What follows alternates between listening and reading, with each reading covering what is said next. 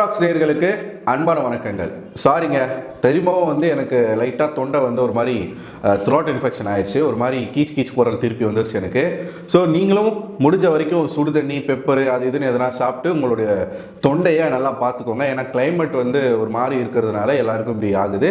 So கேர்ஃபுல்லாக இருங்க. இப்போ இன்னைக்கான வீடியோக்குள்ளே போவோம். இன்னைக்கான ஃபர்ஸ்ட் ப்ரோமோ போட்டிருக்கான். இந்த வாரம் வந்து 2 பயங்கரமான டாஸ்க் வந்து போக போகுதுன்றதை நான் சொல்லியிருந்தேன். போன வீடியோவில் தான் அதை பற்றி பேசியிருந்தோம். பார்க்காதவங்க தயவு செய்து பாருங்க.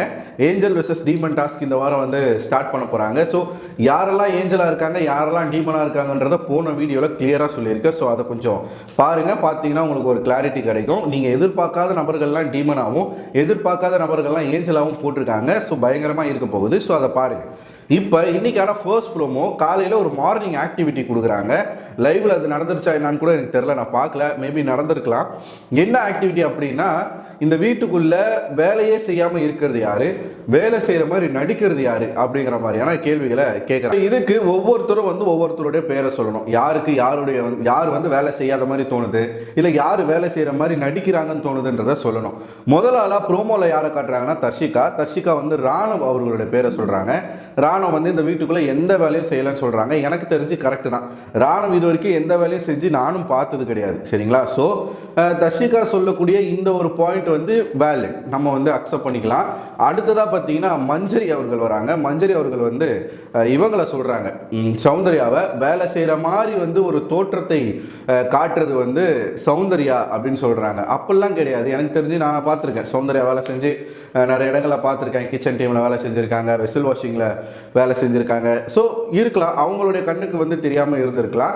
இன்னொரு சைடு பார்த்தீங்கன்னா நெக்ஸ்ட் ரிவெஞ்ச் மோடு சௌந்தர்யா வராங்க. சௌந்தர்யா வந்து வேலை செய்கிற மாதிரி ஓபி அடிக்கிறது யார் அப்படின்னு பார்த்தீங்கன்னா மஞ்சரி அப்படின்னு சொல்லிட்டு மஞ்சரியுடைய பேரை வந்து சொல்கிறாங்க.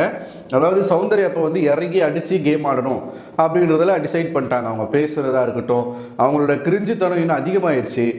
திடீர்னு வந்து டான்ஸ் ஆடுறது, பாட்டு பாடுறது, என்னென்னமோ பண்ணிக்கிட்டு இருக்காங்க. அவங்களுடைய ரசிகர்களுக்கு அது அவங்களுடைய ரசிகர்களுக்கு வந்து அது வந்து கியூட் மொமெண்ட்ஸாக இருக்கும். மற்றவங்களுக்கு அப்படி இருக்காது, கிரிஞ்சாக இருக்கும். சரியா? ஸோ மஞ்சரியை வந்து சொல்கிறாங்க சௌந்தர்யா. கடைசியாக இந்த ப்ரோமோவில் காட்டுறது யாருன்னா பவித்ராவை இத்தனை நாளாக வந்து நம்ம என்ன சொல்லிட்டு இருந்தோம், இது வந்து சேஃப் கேம் ஆடுது அப்படின்னு சொல்லிட்டு இருந்தோம் இல்லையா? ஸோ இப்போ இல்லை, நானும் வந்து உடச்சி விளையாடுவேன் அப்படின்றத காட்டுறதுக்கு பவித்ரா என்ன பண்ணுறாங்கன்னா, சம்பந்தமே இல்லாமல் முத்துக்குமரன் போட்ட லைனில் கரெக்டாக மஞ்சரி வந்து போய்கிட்டு இருக்காங்க. முத்துக்குமரனுக்கு கீழே பல வேலைகள் பண்ணிக்கிட்டு இருக்காங்க மஞ்சரி அப்படின்னு சொல்லிட்டு மஞ்சரி பேரை பவித்ரா சொல்கிறாங்க. மஞ்சரி வேலை செய்கிறாங்க, வேலை செய்யலைன்றத சொல்லலாம். சம்பந்தமே இல்லாமல் எதுக்கு முத்துக்குமரன் பேர் அங்கே வருது அப்படிங்கிறது தெரில. ஸோ இதுதான் உங்களுடைய சேஃப் கேமை உடைச்சி நீங்கள் வந்து கேம் ஆடுற விதமா அப்படின்ற மாதிரி நமக்கே தோணுது. முத்துக்குமரன் என்ன கேட்குறாரு, அப்படி என்ன நாங்கள் வந்து கேம் விளையாண்டோம், எதனா ஒன்று சொல்லுங்க அப்படின்னு சொல்லிட்டு கேட்குறாரு. அதுக்கு பவித்ரா வந்து என்னப்பா அப்படின்ற மாதிரி சொல்லிட்டு போகிற மாதிரி காட்டுறாங்க. எக்ஸாக்டாக என்ன நடந்துச்சு, என்ன பேசினாங்கன்றதை லைவ் பார்த்தா தான் தெரியும். ஸோ லைவ்ல நான் பார்க்கல, என்னாச்சுன்னு எனக்கும் தெரியல. ஸோ பவித்ரா என்னமோ ட்ரை பண்ணுறாங்க அப்படிங்கிறது தெரியுது. அது ஒர்க் அவுட் ஆகுமா அப்படிங்கிறது வந்து இனிமே தான் நம்ம பார்க்கணும். இவங்களுடைய டேரெக்டாக நீங்கள் முதல் முறையாக ட்ரை பண்ணுறீங்க. முதல் முறையாக ட்ரை பண்ணும்போதே நீங்கள் முத்துக்குமரன் அட்டாக் பண்ண வேண்டிய அவசியம் இல்லை. முத்துக்குமரன் வந்து உங்கள் ரேஞ்சுக்கெலாம் முத்துக்குமரன் அட்டாக் பண்ண வேண்டிய அவசியம் இல்லை. நான் சொல்கிறது வந்து கிளியராக புரிஞ்சுக்கோங்க. நீங்கள் முதல்ல யார்கிட்ட விளையாடணும்னா தர்ஷிகா கிட்ட விளையாடணும், ஆனந்தி கிட்ட விளையாடணும். அப்புறமா தான் மேலே ஜாக்லின், சௌந்தர்யா, முத்துக்கிட்டலாம் அப்புறமா தான் நீங்கள் வரணும். டைரெக்டாக முத்துக்கிட்ட போனீங்கன்னா அது உங்களுக்கு தான் பேக் ஃபயர் ஆகும். இன்னொன்று, இந்த வீடியோவில் நான் வந்து சேர்த்து ஒரு விஷயத்த சொல்ல வேண்டியிருக்கு. என்ன அப்படின்னா, சாச்சனா அப்படின்ற ஒரு விஷம் இருக்குல்ல, இந்த விஷம் முத்துக்குமரன் வந்து நான் ஒரு கிளிப்பிங் பார்த்தேன். முத்துக்குமரன் வந்து சாச்சனாவுக்கு ஊட்டி விட்டுக்கிட்டு அட்வைஸ் பண்ணிக்கிட்டு இருக்காப்புல. எலிமினேஷன் நாமினேஷன்ஸ்க்கு வந்ததெல்லாம் வந்து கவலைப்படக்கூடாது.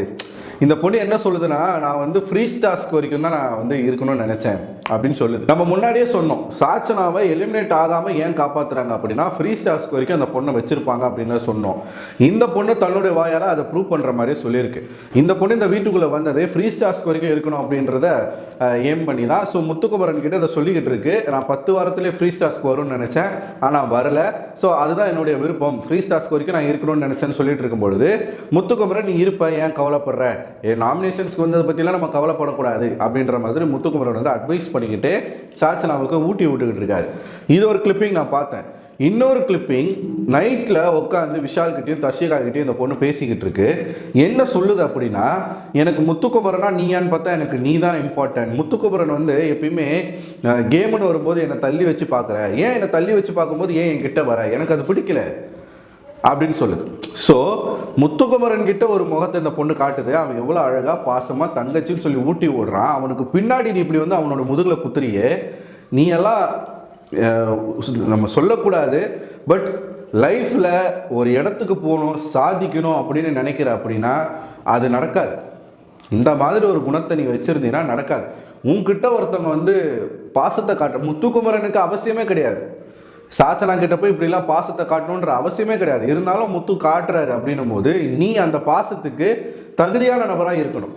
ஆனால் நீ என்ன பண்ணுற, விஷாலை வந்து சாட்டிஸ்ஃபை பண்ணணும்னு சொல்லிட்டு விஷாலை தூக்கி வச்சு பேசி முத்துக்குமரனை மட்டமாக பேசுகிற. விஷால் கை கொடுக்குறான்.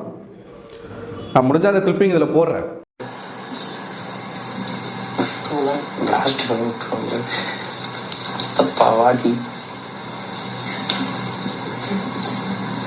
ஜாலி முத்து இப்படிதான் ரெண்டு பேருக்கு விட்டு போனேன். முத்து நான் நிறைய சேர்த்துக்கல, யாரும் அந்த கூட நான் உங்களை தள்ளி வைக்கிறேன், நான் நிறைய சேர்த்துக்கலான்னு பார்க்குறேன் அப்படின்னு போது நீயே கண்ட்ரோலாக இருக்க, நானே உன்னை எடுத்துக்கணும் அப்படின்ற மாதிரி எனக்கு ஃபீல் வந்துட்டு. அது மாதிரி நான் உங்களுக்கு அதை ஃபீல் கொடுக்குறேன், எனக்கு ஃபீல் கொடு. கேம்னு வரும்போது கேம்னு பிரிஞ்சுக்கலாம், அது பிரச்சனை இல்லை. ஆனால் இப்படி நீயே தள்ளி வைக்கணும் வரும்போது நான் எதுக்கு ஒட்டிக்கணும். எனக்கு முத்துவா நீயான்னு சொல்லிட்டு இப்படி போய்கிட்டு இருக்கு. முத்துவா நீயான்னு சொன்னால் எனக்கு நீ தான் முக்கியம், நீ தான் டாப்பில் இருக்க. இதெல்லாம் ஒரு வாயில் கெட்ட வார்த்தை தான் வருது, நம்மளால் பேச முடியல.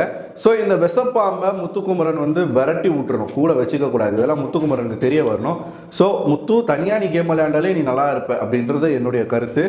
டைட்டில் வின் பண்ணுறாரு, ஃபைனலிஸ்ட்டுன்றதை நான் அக்செப்ட் பண்ணிக்கிறேன். பட் டைட்டில் அப்படின்னும் போது இன்னும் கொஞ்சம் குவாலிட்டிஸ் வந்து முத்துக்கு வேணும் அப்படிங்கிறது தான் என்னுடைய கருத்து. ஸோ நீங்கள் என்ன நினைக்கிறீங்க? இந்த சாச்சனா வந்து இந்த மாதிரி பேசுகிறதா இருக்கட்டும், பவித்ராவுடைய திடீர் கேமாக இருக்கட்டும், உங்களோட கருத்து என்னன்றதை கமெண்ட் பாக்ஸில் கமெண்ட் பண்ணுங்கள். அடுத்த ஒரு வீடியோவில் உங்களை வந்து சந்திக்கிறேன். அதுவரை உங்களிடம் ஒரு விடை பெறுவது நான் அரவிந்தன்.